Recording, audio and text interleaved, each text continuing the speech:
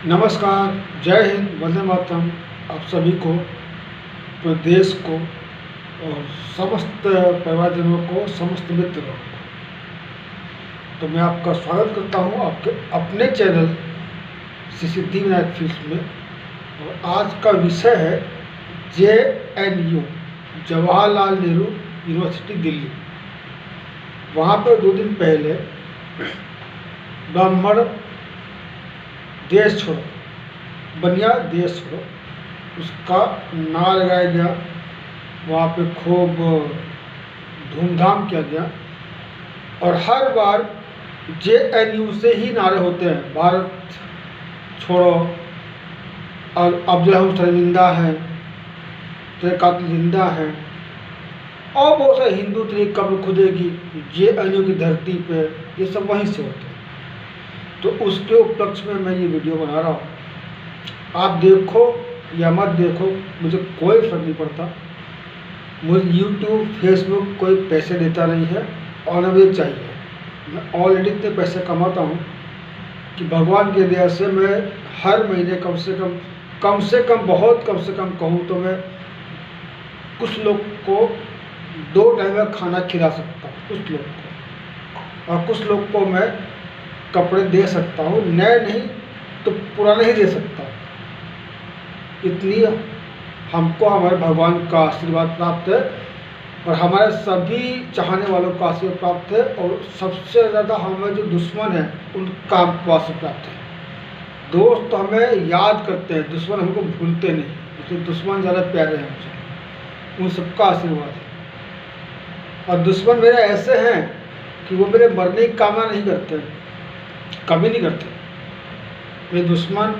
मेरा दुश्मन था, वो खुल के बोला कि प्रकाश सिंह, तुम मर जाओगे तो दुश्मनी खत्म हो जाएगी, तुम जिंदा रहना, तुमको बर्बाद करेंगे, रोड पे लाएंगे, तब शांति मिलेगी। तो भगवान के सब रोड पर आ भी गए हैं। कहा कि रोड पे चलना पड़ता है ना, गाड़ी लेके जाओ, साइकिल लेके जाओ, बाइक लेके जाओ, पैदल जाओ, कार जाओ, जहाज जाओ, जिसमें जाओ रोड पे पड़ेगा। तो चलता रोड पर ही हुआ है। तो हम तो बचपन से रोड पे चल रहे थे भैया, उनका तो सपना पूरा कर दिया, अब उनको और तकलीफ हो गई। सही बात से चलता रोड पे चलता है। तो मुद्दे की बात, अब आते टॉपिक पे। ब्राह्मण और बनिया बात छोड़ो, आते हैं। जय श्री कृष्णा, जय श्री राम। मैं आपका दोस्त, आपका होस्ट ठाकुर प्रकाश सिंह। अब आता हूँ मुद्दे की बात पे। अभी JNU में बहुत चल रहा है कि ब्राह्मण भारत छोड़ो, बनिया भारत छोड़ो। चलिए अब आता हूँ मैं टॉपिक पे। सनातन काल से मतलब दीर्घ काल से, जब कलयुग था, सतयुग था, त्रेता युग था, द्वापर था, तब उससे चला रहा है। कर्म प्रधान विश्व रचि राखा, जो जिस कही तैस फल चाखा। उसके बाद ये था कि जो जिस काम में निपुण है उसको वैसा वर्ण दिएगा। वर्ण समझते हो? वर्ण मतलब उसको प्रकार, उस टाइप का काम दिया जाएगा। तब जातियाँ नहीं होती थी, तब क्या होता था? आर्यपुत्र मतलब सभी समान है, कोई नीचा नहीं, कोई ऊंचा नहीं, कोई निम्न नहीं, कोई भिन्न नहीं, कोई उच्च वर्ग नहीं, सब आर्य होते थे। आर्य, आज भी आर्य समाज है, परंतु ये मुगलों ने, अंग्रेजों ने, इन्होंने अपनी अपनी भ्रांतियाँ बनाई, सबको भिन्न भिन्न किया। एक बात सोचने वाली है कि पूरी दुनिया में अगर इतनी ही पैसा, इतना अमीरी थी, तो सब साले बाहर में मरने क्यों आए थे? सब साले मरने हिंदुस्तान में क्यों आते थे? लूटने हिंदुस्तान में क्यों आते थे? सोचने वाली बात है। पूरा देश छोड़ के, पूरा विश्व छोड़ के, घूम घाम के हिंदुस्तान में ही क्यों मरने आते थे? मुगल आए, मंगोलिया आए, सब आए, यहीं क्यों मरने आते हैं? क्यों? यहाँ पर भिन्नता है, पता है क्या? वर्ण, जिसको जाति, धर्म। किसने सिखाया? हमने बताया। क्योंकि हमारे यहाँ जन्म जात से कोई नहीं होता था पहले। पहले से जब महाराज कुश मतलब प्रभु श्री राम जी के सुपुत्र कुश का जो राज्य था कौशाम्बी, जो पूर्ण काल में इलाहाबाद था, अब प्रयागराज वहाँ का था। तो कुश के राज्य में कुश को उतनी समझ नहीं थी, तो उन्होंने क्या किया कि भाई ठीक है, जो जैसा काम करता है उसको वैसा वर्ण मिलता है तो हमारे संस्कार में है, परंतु जो जिस काम में निपुण हो उसको उसका काम दिया जाए, और जो जिस काम में निपुण नहीं है उसको कुछ भी न दिया जाए। तो उस टाइम पर संस्कृत में एक शब्द था भंगी। आप पढ़ो, संस्कृत में शब्द भंगी, और संस्कृत में एक शब्द है चमार, और संस्कृत में एक शब्द है पासी। ये तीन नाम, तीन जात तो कहीं थे ही नहीं। आदिकाल से लेकर के भूतकाल, भविष्य का, वर्तमान कहीं है ही नहीं। वर्तमान में इसलिए है कि तीन जातियां बन गई हैं, इनका मतलब अलग होता है। भंगी का मतलब समझते क्या होता है? भंगी किसको बोलते हैं? भंगी, इसका अर्थ किसी को पता है? किसी को नहीं पता। भंगी का मतलब होता है, आप यजुर्वेद, अथर्ववेद, सामवेद, रामवेद पढ़ लो, कहीं ढूंढ लो, भंगी मिल जाएगा, पर रामायण महाभारत नहीं मिलेगा। भंगी का अर्थ संस्कृत में होता है नश्वर प्रकार का प्राणी, जिसे न मौत का डर न जीने की लालसा है, जो नश्वर है, जो डरता ही नहीं, जिसे महाकाल नहीं डरा सकते, वो है भंगी। और मोस्ट ऑफ भंगी कहाँ होते मालूम है? भंगी, इनको हम गोरखा बोलते हैं। हमारी भारतीय सेना में एक बहुत पहुँचे हुए, बहुत ऊंची मतलब पद पे थे, मैं उनका नाम नहीं लेना चाहूँगा। उन्होंने कहा था कि अगर सेना में और पूरे वर्ल्ड में कोई है जो कहे कि मैं डरता नहीं, मुझे मौत से डर नहीं लगता, या तो वो झूठ बोल रहा है या फिर वो गोरखा है। गोरखा है। भंगी जो वर्ड माना, ये दो शब्दों का पर्यायवाची लेके बनाया गया था। पर्यायवाची मैं अब देता हूँ, अगर मेरी बात कहीं से भी गलत है तो आप उस पर मानहानि का केस कर सकते हैं। भंगी सब गलत है ही नहीं। हम बचपन से सुनते रहे भंगी बनियो, ये हो जाए, वो भंगी बन जाइए। तो अरे भंगी समझते क्या होता है? भंगी उस समय में, चंद्रगुप्त मौर्य के समय में, जब चंद्रगुप्त मौर्य थे, विक्रमादित्य थे, तो भंगी उनको कहते थे जब सब सेना हार जाती थी, सारी सेनाएं, और जब लगता था कि अब पराजय निश्चित है, तो बोले भंगी को बुलाओ। तो अब भंगी वो नाम था, भंगी वो सम्मान था उस जमाने में, विक्रमादित्य से लेकर मौर्य के जमाने में, कि भंगी अगर एक खड़ा हो जाए तो 1,00,000 सिपाही दे करके भाग जाता था उसको। पता है क्यों? कि भंगी कहा क्या क्या पता है? भूमिश्च स्वर्गश्च नमस्तुस्य निमश्च भूमिश्च स्वर्गश्च नमो तुस्य नमश्च अभीम उपलक्ष्य भीमश्च नमो तुस्य नमस्य। मतलब भूमि जमीन अचल संसार से कोई मतलब नहीं। अभीम रूप हम भीम हैं, अब भीम से पंगा कौन ले भैया। एक हाथ हमारी 10 तो ऐसे ही गिर जाओगे तुम लोग, तो कौन खड़ा होगा जी, वो होते हैं। इनको तो महाकाल नहीं डरा पाए। महाकाल काल है सबके, महाकाल सबको क्षमा भी करते हैं, लेकिन भंगी को कभी महाकाल का डर नहीं था, क्योंकि महाकाल की संतान है। और कोई भी बाप और कोई माँ अपने बच्चे के सामने हार ही जाता है, कैसा भी हो। और ऐसा बच्चा जो बाप से सुना आगे हो। भंगी वो थे जो ब्राह्मण थे, नहीं पता आपको,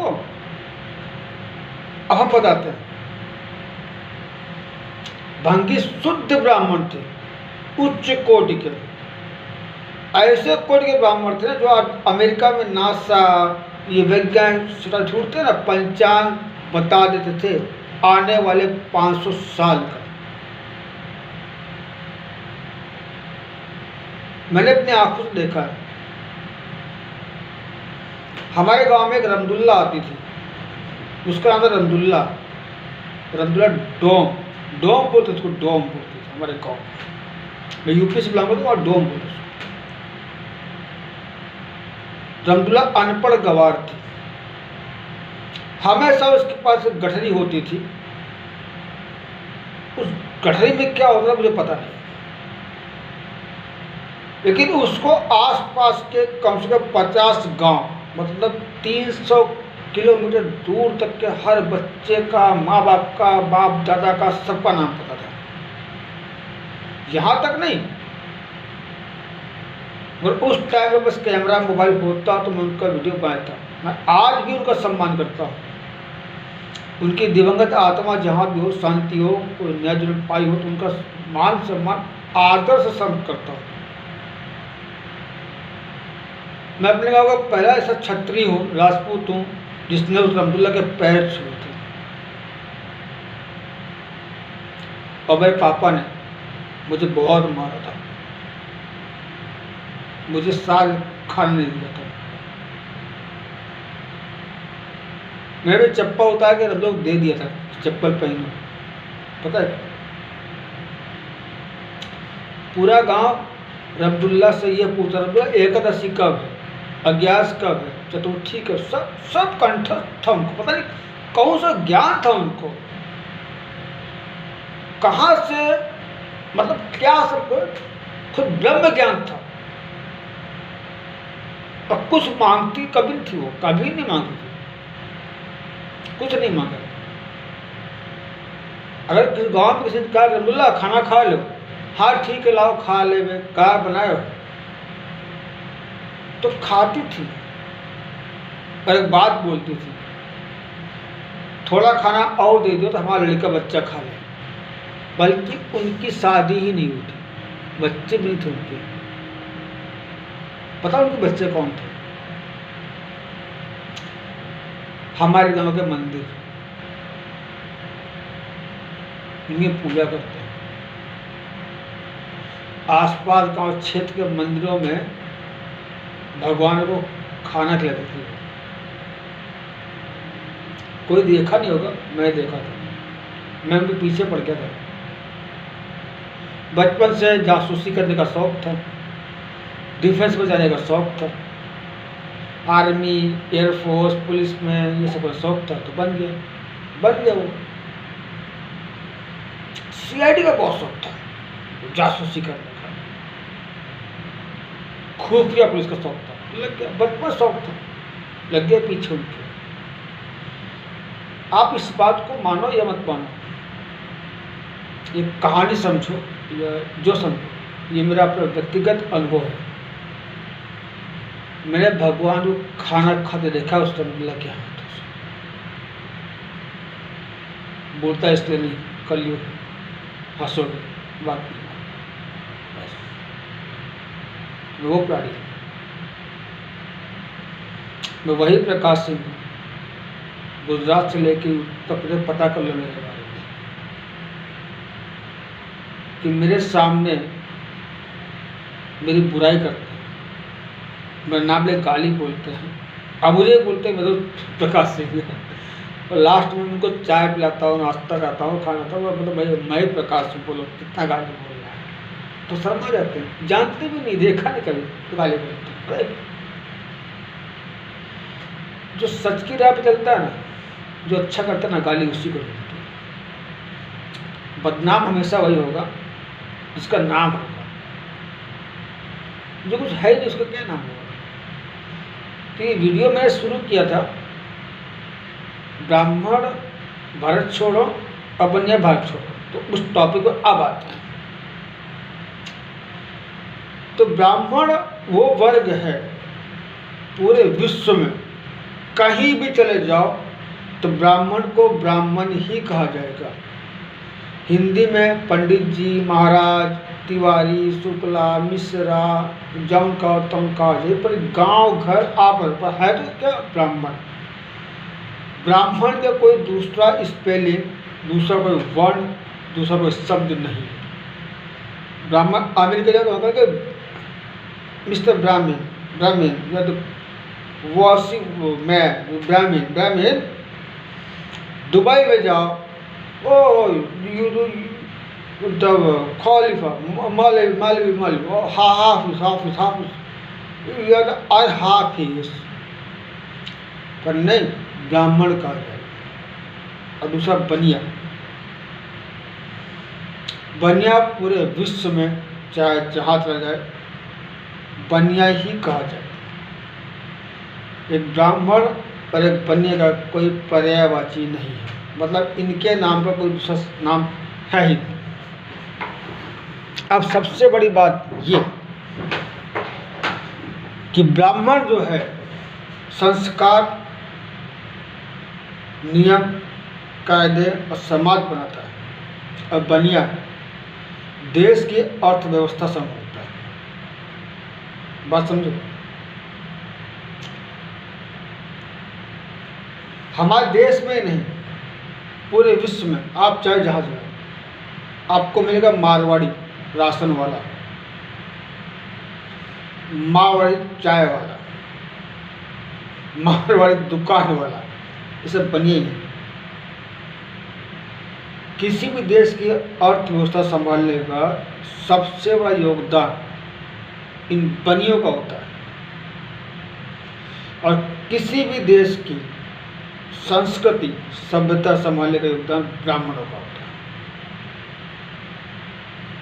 हम राजपूत हैं, हम क्षत्रिय, हम दरबार, हम उच्च कुल वाले, हम सोलंकी हैं, हम बाबू साहब। कितना हो गया हमारे? एक क्षत्रिय के हर राज्य में अलग नाम पड़ जाता है। गुजरात में हो दरबार, महाराष्ट्र में पवार, यूपी में ठाकुर, बिहार में बाबू साहब, साउथ में आर्मुगम, पश्चिम में क्षत्रिय। विदेशों में हम क्षत्रिय नहीं हैं। अभी रूस के युद्ध में एक सैनिक कहा था, I am soldier, I am not Kshatriya, Rajput नहीं। कितना नाम चेंज हुआ वह दूसरी बात। वेद, इतिहास और सभी हमें पुराण गवाह है। माँ बाप के बाद कोई दूसरा भगवान होता है ना, तो ब्राह्मण होता है, क्योंकि ब्राह्मण वेद पाठी तो है, शस्त्र पाठी भी है, भूलना मत।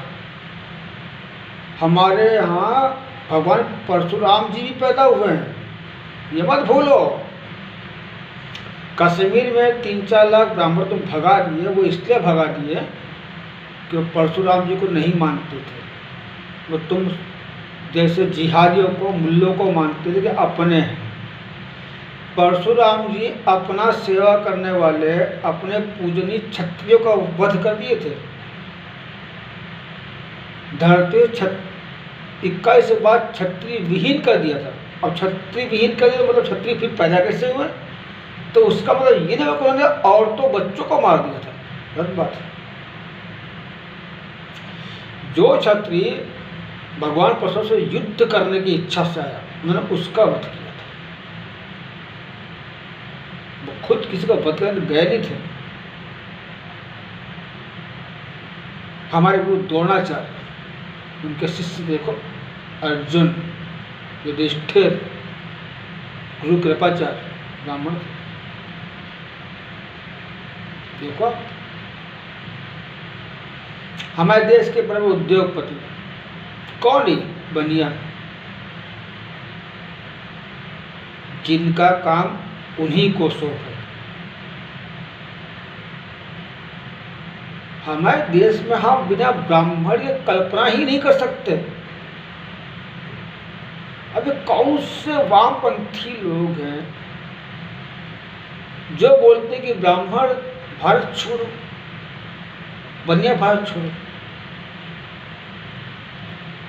अब अगर मैं किसी की महाबैन करना शुरू करूं, मैं किसी जाति धर्म का नाम नहीं लूँगा, करना शुरू करूं तो क्या?